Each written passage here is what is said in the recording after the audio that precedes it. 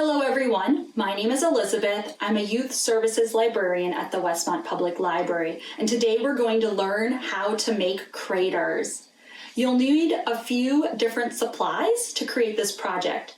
The first is flour, some sprinkles, cocoa powder, a spoon to help us build our layers, a container, and a sifter if you have one at home. You can use one like this with the handle, or you can use one that's kind of designed like a strainer. You also need some impactors, or the rocks we're going to use to hit our surface of the moon. Now, we're going to build our own surface of the moon to really study how craters impact a surface. So the flour is going to act as our base. The sprinkles will act as our substrate, so all of the rocks and minerals that are under the surface of the moon or our planet. And then finally, our top surface, our like topsoil, is going to be the cocoa. So we're going to build in 3 layers. Now you can build more than 3 layers. It'll just help you to identify the different elements that occur when an object, an impactor, crashes into the surface of the moon or even Earth. So it's really important to have at least 3 materials so that you can differentiate the different elements. All right. Before we get started, you're going to want to gather supplies. It'll make it easier to complete this project. After we've gathered all of our supplies, we can start the first part of our activity, which is building our own surface of the moon.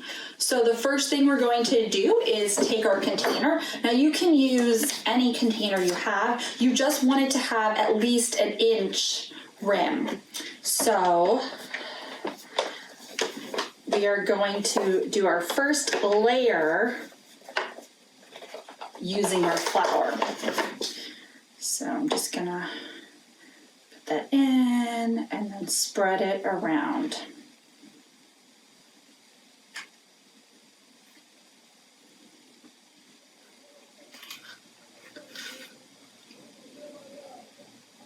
All right.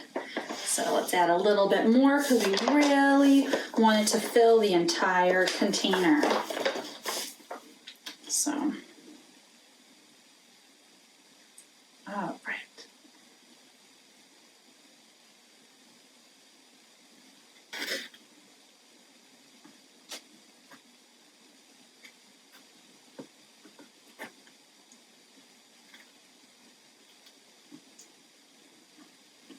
All right, so we have our first layer of the moon done. As you can see, I filled the bottom of the container about a third of the way with our flour. So you really want the thickest layer to be the flour, that base layer. Then we're going to take our sprinkles. All right. And then sprinkle those all around. Now this is, remember, our substrate, so it's going to act as kind of the rocks and minerals that are naturally found under the surface of the moon or even the Earth.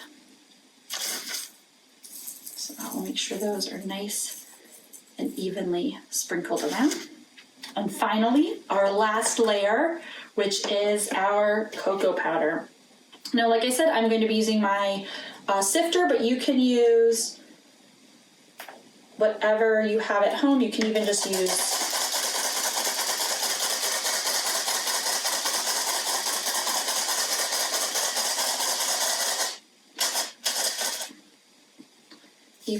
just your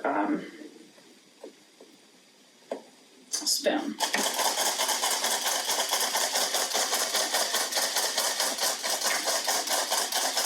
Ooh, this is fun. So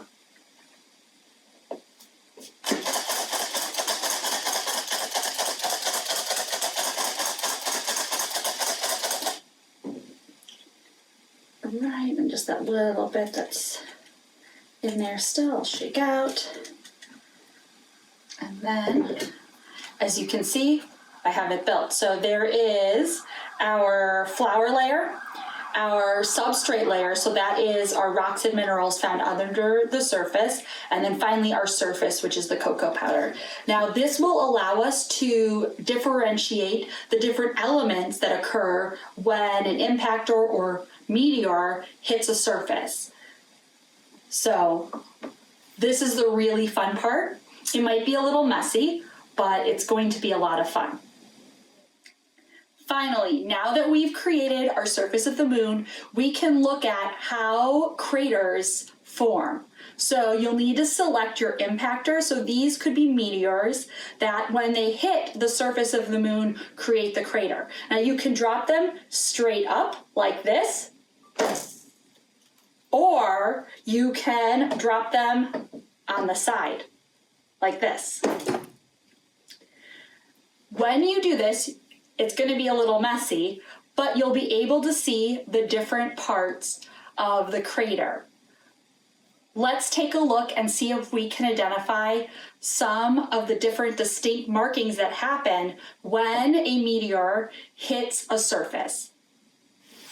All right, now that we've slammed our impactors or our rocks or meteors into our moon's surface, we could see the different distinct marks of a crater. So our impact craters have a floor, so that's the bottom.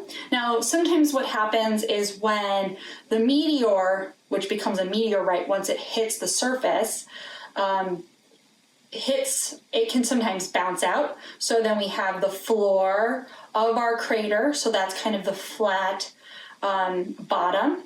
Then we have the walls of the crater, and finally the rim. So that's where all of that material is kind of gathered.